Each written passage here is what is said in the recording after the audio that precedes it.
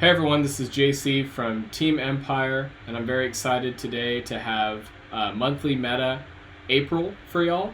Sorry for the wait. We wanted to wait for all of the results to appear on Vanguard Paradox. Shout out to Fuzzy. And we were also participating in one of the events this month, and so we were a little busy with that. But today I'm very excited to also start having guests on monthly meta. Our first guest for standard for this series is Lupe. Y'all are very hopefully familiar with Lupe. He's done a lot of card reveals, done a deck profile or two. Lupe, go ahead and introduce yourself. Yeah, hey guys, Lupe here, also from Team Empire, and very excited to be here with y'all today. As y'all know, I am our resident self-proclaimed Brant player. Very excited to go over the list, and yeah, JC said, we were in the Texas event for Springfest. It was very fun. Unfortunately, we did not top, but we had a pretty good run both days. We played day 1 standard, day 2 of E-Premier. It was pretty fun. Yeah. So moving on, we have 5 events this month and no major card releases in May. So we're going to go a little heavier on the deck list this month rather than on the predictions segment. So for our first event, we have Springfest Germany. Shout out to Navigators for your first place win with Minerva, Jet, and Eva. Pretty solid team. I mean, pretty much if you have Eva and Jet, you're probably pushing to reach top 4. Oh yeah, like though it's basically from what we've seen from here, and then we'll see at the rest of the list. You can, as long as you have those 2 on your team, third place can be almost whatever. Yeah, and they chose Minerva. Moving on, second place team Alliance had Jet, Barrow Magnus, and Eva. Third place team Eva, Jet, and Minerva, similar to the first. And then third place team had Eva, Jet, and Youth. So overall, pretty normal distribution. What would you say, Lupe? Yeah, I mean, as we can see in 2 of the lists, we have two Minervas. We have 4 Evas, 4 Chrono Jets. Just the main differences are the second and fourth place team, with each of them having a 1 of. We have 1 Barrow and 1 Youth. I think what's really strong about Minerva is obviously she has a Vanguard restand, which is, a lot of standard what defines the best decks.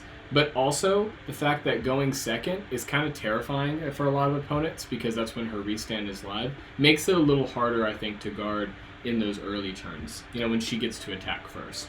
Oh, no, yeah, for sure. Because, even some of the best decks, like Youthberg, for example, which can get a huge hand, if they get the right setup with their multi-attack, they're going to eat through that hand and just leave you with the worst turn afterwards. Right, and like you were saying, Youth showing up, it still makes sense. It's still a strong deck. It's just not as oppressive as it was for Worlds format.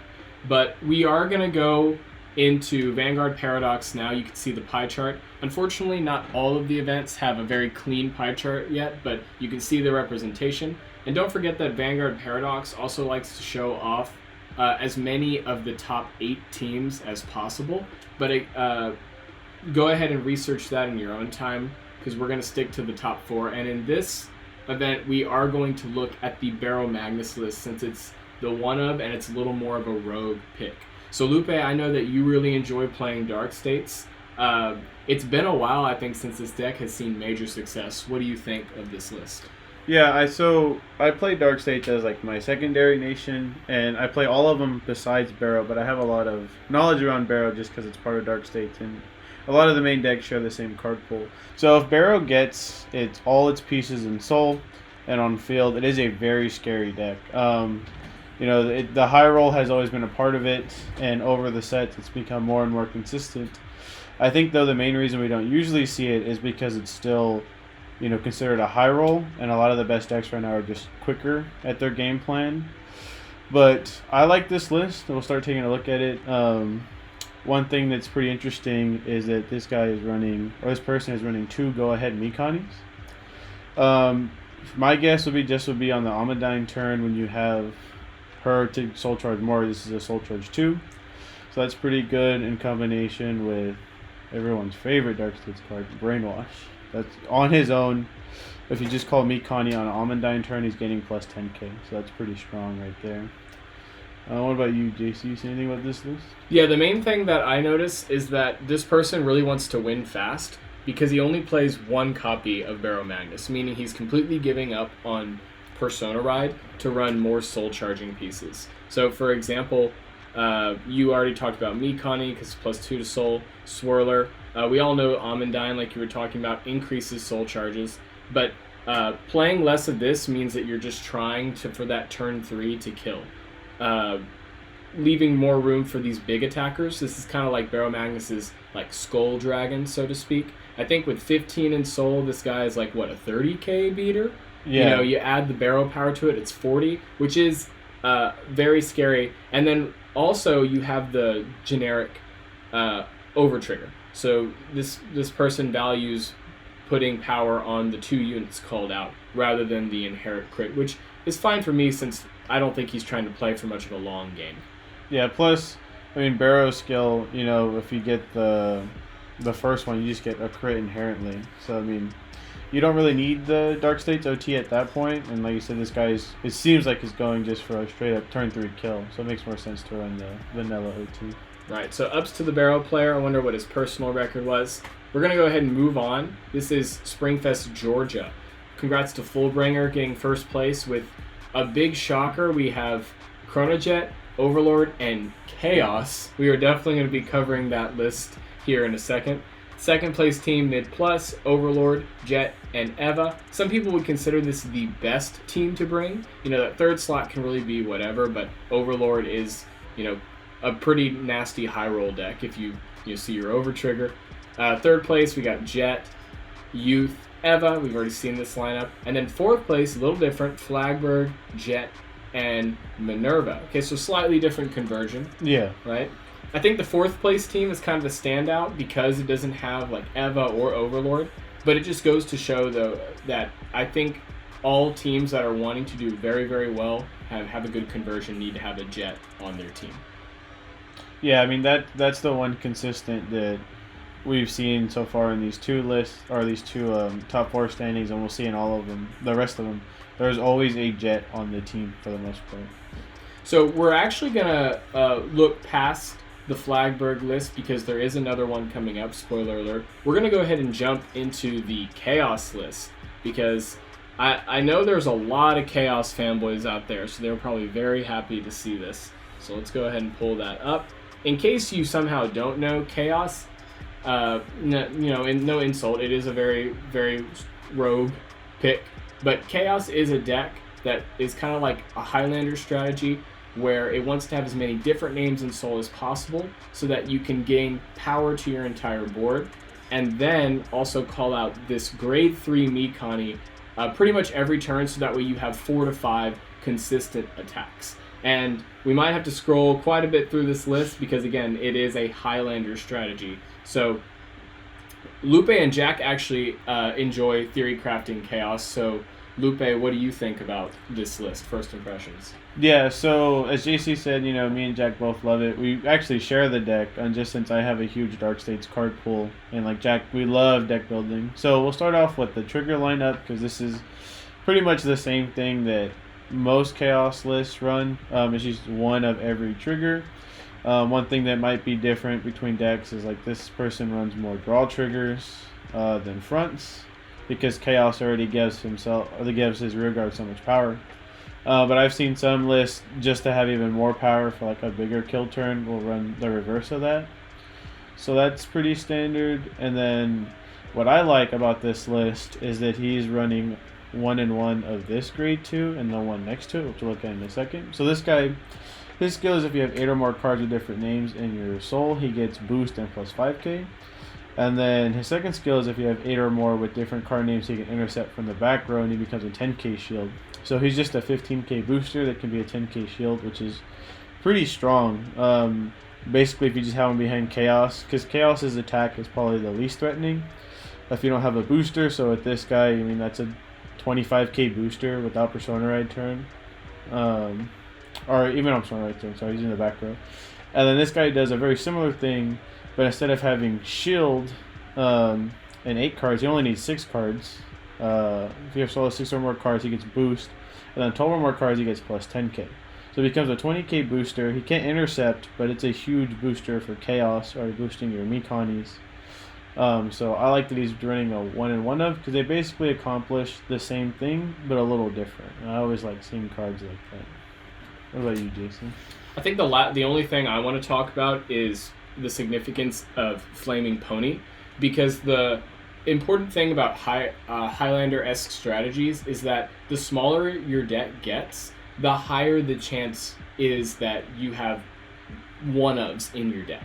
So Flaming Pony, while it does bind itself, it makes your deck, it soul charges fast, which means you have high odds of, when making your deck smaller, finding, 2 different card names, or even finding another pony, which means the card can either become just like, pony plus one other thing, or soul charge into pony to just pony again. So it's a very, I think it's a pretty necessary card for decks like Chaos and Barrow Magnus, who just need cards in soul ASAP.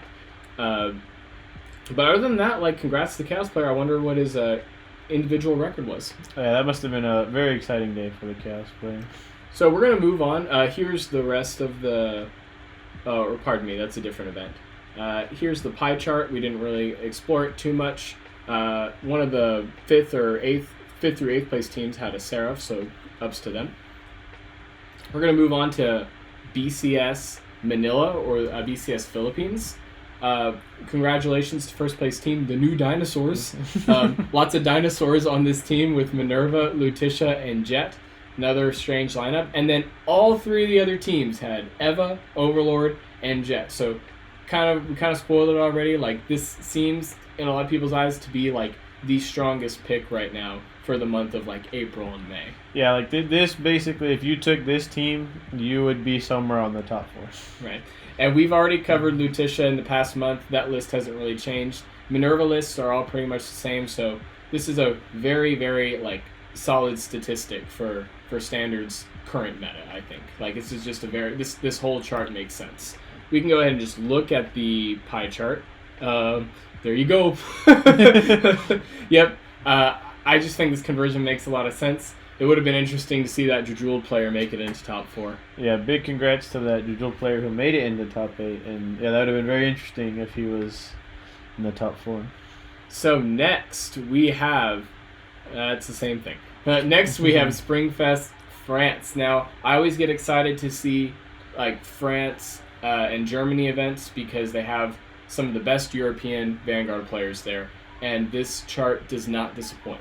So congratulations to the 8s Gaming. This has, again, what we would consider probably the strongest team, Eva, Jet, and Overlord. Then we get very interesting picks going forward. Second place team had Hassart, I think I'm saying that correctly, Eva, and Jet. Third place team had Eva, Welstra, and Jet. Fourth place team, Bavsargra, Welstra, and Eva. So I'm personally really happy because on an egotistical level, that hit 2 of my predictions from the last month. But I know you're really happy, Lupe, because you're a big Welstra player. Yeah, I think right now, in Standard, I think, Orpheus is always my main deck, as I've said before. But when it comes to competitive, I think right now Velstra is currently my main deck. Just such a fun deck, being able to neg your opponent and just take all their resources from them from hand. And when we played Day 1 Standard, I took Velstra myself, trying to become one of these Velstra players on the top. Unfortunately, couldn't, but very, very proud to see these 2 guys. Very exciting strategy. We're actually going to go over several lists for this one. Try not to take too much y'all's time, but we will start with the Hassart list. So this is a lyrical deck from set 3. This deck is basically like Spike Brothers in lyrical. So if you don't know, Hassart gives all normal unit rearguards the ability at the end of a battle to attack the Vanguard. You draw a card and bot deck that unit. So there's a lot of multi-attack combos that come out because of this. But the reason this is being played right now on competitive teams is because of the new promo that works for Hassart and Medial that turns all trigger units, regards all trigger units as normal units. So you just have added consistency to your rearguard pieces. And with cards like the triple rare girl, this girl can search any basically strange unit power. So like 9k, 12k, 7k or less, all those weird numbers that usually don't make magic, she's able to tutor them out, which is why they're playing like the Calfee, who is like a 20k beater, which is why they're playing like all the normal Hassart support. This is a really cool deck. We've actually seen some people play it before in person, and I think this has a chance of converting well in the future. You know? Yeah, I really like this deck because I play Spike Rose in Premium, and I have a lot of respect for this deck because in Anaheim in last season during Winter or BCS, this deck knocked me out from topping 16, and my opponent ended up being in top 16. So it was a very fun final match, and I have a lot of respect for this deck, and I do think it'll top going forward. Something we were talking about prior, the one thing that could make this deck a lot stronger, though, is Yuika. But I do understand maybe why someone wouldn't play her, because she is an 8k unit, so that does decrease your consistency a little bit. Yeah, because, well, just real quick for you, those that don't know why Yuika would make this deck a lot stronger, since it bounces the card back and the bot decking is just part of what's supposed to happen, it's not the cost to draw a card, you can just boost with Yuika, bounce the attacker back to hand, and still draw a card. So you just plus. Yeah, so very interesting strategy. I would definitely test against this deck a little bit if you have any other events coming up for Springfest for the rest of the season.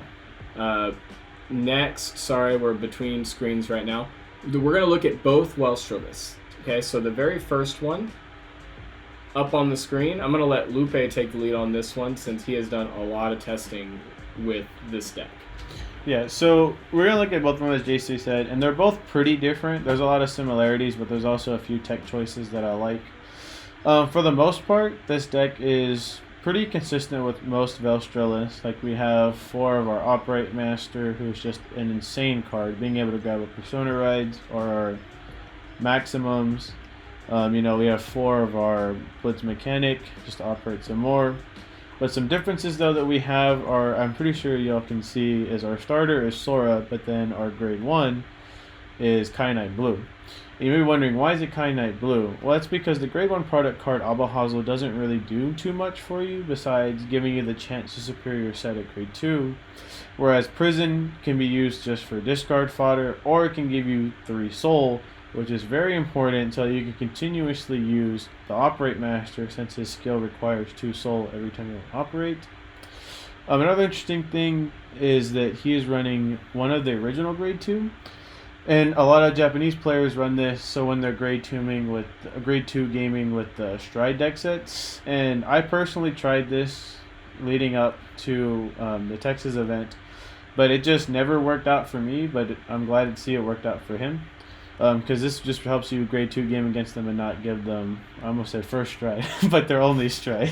Yeah, and I actually think it's very interesting that Welstra, because of Operate Master, can actually compete with Jet on that level. Some people do call this the Jet Killer, which I think may be a little over-exaggerated, but it is very strong. Oh yeah, because as JC said with the Operate Master, if you stay on grade 2, you can just set your Ubetzel, which is the spaceship, and just draw a card every turn. Mm-hmm. Yep. Cool. Well, I'm just gonna jump straight to the second list. I think you covered some great stuff. And like you were saying, the second list is very different. Like, there's a lot of interesting deck building you can do with Velstra right now.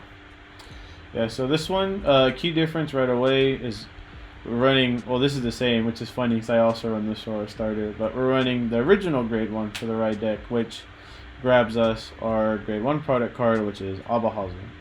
And the reason why I said Abahazel isn't too great is because it's basically just a cycle card, which, I mean, that can definitely help. There has been times where, before we had Operate Master, he helped me. But I personally like running Abahazel so that we can superior set Unubetzel.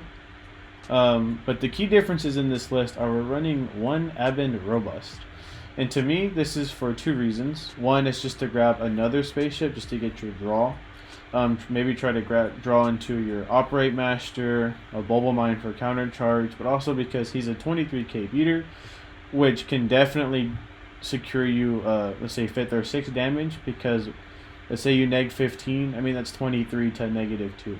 Like, what do you, if that's without Persona Ride. A very scary attack. And then this card is very interesting to me because he's running 2 of the new Grade 2 Obscadede, which is pretty good shield, just once you have 3 set orders, which is pretty easy by turn 3, because we usually have 2 spaceships in your maximum. So just on your opponent's turn, it's a 10k shield, and it's a 15k beater, which that's the one thing that Velstra kind of suffers with, is besides Holfleo, the first triple rare we got, none of them gain power, but that's fair because Velstra is negging power. So these rear guards that gain power just helps push the Velstra deck even further, which is why this person was also running Lady Fencer, who was just basically a continuous 13k booster, which 13k boosters are nothing to laugh at. They can definitely secure games.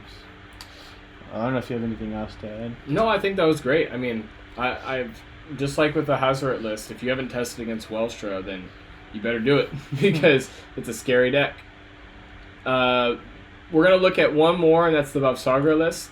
This was part of my prediction. And this deck is a little interesting, a little different than the way I run it. So automatically for this, the Konkshadi, it's one of the best cards in the deck now. But there's a few ratio things that are interesting. Only 3 Bavsargra, so less Persona Ride, which is interesting. But 4 Brachioforce, which I like because this isn't a deck that has a lot of rear guards that can do something turn 2. Pretty much all of them need to have either arms cards or a Bavsargra Vanguard. So having access to some early game is very, very important in this current meta. So Brachioforce is like, for a lot of people, a staple. And then trigger lineup is pretty normal, except for this like split with draws and fronts. I'm sure that's fine. You just have to be careful playing draws in this deck now, because this deck with Konkshadi does draw a lot. Between Konkshadi, between the Spear, and between Bavsargra. Oh, one complaint I do have, and I do say complaint because I'm a little confused, only 3 Spear. I think that's a little scary, but hey, it seems like he did fine on his own. Alright, so very interesting. Like I said, I really like France results. The France pie chart is not filled in with images yet, but you can look at the legend if you're interested. And then our final event for the month was BSF Texas, which is, as Lupe said, this is where we participated. First place team, congratulations to Coda Protection Squad with Minerva, Flagburg, and Jet. Cool lineup. Flagburg making his way back to first place. Second place team, exactly as planned, Eva, Rorowa, and Youthberg. No Jet in sight, so this team felt like they didn't need it. Then third place team, we have the big 3 with Eva, Jet, and Overlord. And then fourth place, Jet, Lutetia, and Eva. So some pretty normal conversions. The second place team, we haven't seen Rorowa in tops since before Jet meta. Yeah, I guess they were able to get that token rush off, and that token rush is genuinely scary. Yeah, we're going to look at 2 lists for Texas. We're going to start with Flagburg. There's the pie chart, very colorful. So Flagburg has one new tool ever since set 9, and it's this double rare girl that's basically a what do you call the order? It's right there. Let's just look at it. It's it's basically a spiritual body, but with CB cost. Which I've heard my brother praise this card a lot because it's just able to grab Inlet Pulse, which is very, very important. That way you get your 5 attacks consistently and you keep drawing cards. This guy also plays 4 of the promo, the Shelling Cannon, which to me sounds a little bricky, but I know that the deck does have a very high ceiling turn with this card. Oh yeah, I mean, this card can... Just because the main thing with Flagburg is as long as you hit like a defensive and they didn't Persona Ride, you can usually just shut down all their rear guard attacks, just leaving his attack, which is scary. But it's just that, and depending on your damage, you can usually just no guard it. But then with Shelling Cannon, you have 1 more attack coming. So even if you use 3 cards to guard and they see crits, you still better have enough hand to guard with Shelling Cannon. Yep. And then everything else is pretty standard. There's 1 copy of this guy just to basically have like 5. He's like a pseudo countercharger. So you have 5 countercharging pieces. That way you can't get damage denied going into your 5 attack turn. And then 1 copy of Diantha, who is good for like early game. If you have this called with your inroad shooter, then she gains power. But this is also kind of like a 4th copy of, how would I say this lady? Arianth? Pretty Sure. close. Yep. So, ups to the Flagburg player. This deck is still pretty scary, so I would hate to be like a Jet player going second against Flagburg. Yeah, I think Flagburg will continue to stay as long as... I mean, he has very good support already, but his 3 to guard is hard sometimes. It's rough. Then, where is it? Then Rorowa. That'll be the last list that we look at today. Alright, so Rorowa is basically all about, token spam, has a bunch of new tools with like the Burrow Mushrooms, which is one of the best cards from set 9. And then you have your 2 Rodolinas which make like giant Momoke and then even bigger new Rodolina. This card can make like a 70k attack. Oh yeah, which is like, what are you supposed to do against that really without like a PG in him? Yeah, and then an interesting tech that I actually didn't know about until recently was this card, which when retired by your card's ability, your Vanguard is a glitter, you can choose a grade 1 or less rear guard, and it gets power plus 10k until end of turn. So that can be used early. Yeah, like this is genuinely a very good tech card and can be a very scary card in this deck because it's just feeding Momoke more and more power. Yeah, and any deck that can like utilize tokens in any format can rush with them, throughout the game. Utilize them for very, very annoying numbers going first. Oh, and something I just noticed. Pardon me. Cut that, Jack. Something that I just noticed was the one of each maple. Yeah. So just aiming for consistency, like having bodies, I guess, in case you don't have your Rodolinas. Yeah, because the main thing, and like, it's a good thing that there's a new Rodolina, that genuinely helped the deck, but the main thing still the deck suffers to is if you do not see a Rodolina, it becomes such a vanilla deck, because you're just basically summoning plant tokens every turn, which, I mean, Persona Ride, they can be pretty scary, but if you're not Persona Riding, that's a 10k attack, you're banking on triggers. Yep, so that's it for all of the events. Again, we went super in-depth since we don't have any product releases. As for predictions, I'm going to let our guest Lupe go first. Keep in mind, I don't know if Lupe even knew this, we have 9 events next month. I did not know we had that many. I thought it was 5, but that's pretty huge. I think, a deck to keep looking at keep testing against is Velstra. I do not think that deck will leave top 4s for a while. I think he'll keep popping up. Maybe just one-ofs, but, that's still one-of. And then same thing with Flagburg. I think some people are kind of underestimating the deck now a little bit more since, a lot of decks have gotten faster, but as I said before, that 3 to guard is genuinely rough and can just steal a game because of it. As for me, I don't have a lot of very specific decks to bring up. I think the format's actually pretty solved. I would keep testing against all the best decks, of course, but also just make sure that you know the card pool and you know what most ride lines objectives are, because the worst thing is getting just like slapped in the face by a strategy that you have no knowledge of. So keep an eye out for all of those new set 9 decks. Keep an eye out for set 8 because there's a lot of super fans in there's a lot of fan favorite ride lines in set 8. So that's it for Monthly Meta. Lupe, thank you so much for joining, and thank you for all your insight. All right, thank you for having me on here. I'm glad to always share my Brand and Dark Stakes knowledge. Yep. Keep an eye out for the V and Premium video that'll come out shortly after this, and we'll surprise you with our guest there. But anyway, good luck with your events if you have any this month for the month of May, Springfest. Don't forget to comment, like, and subscribe, and we'll be seeing y'all pretty soon. Thank you.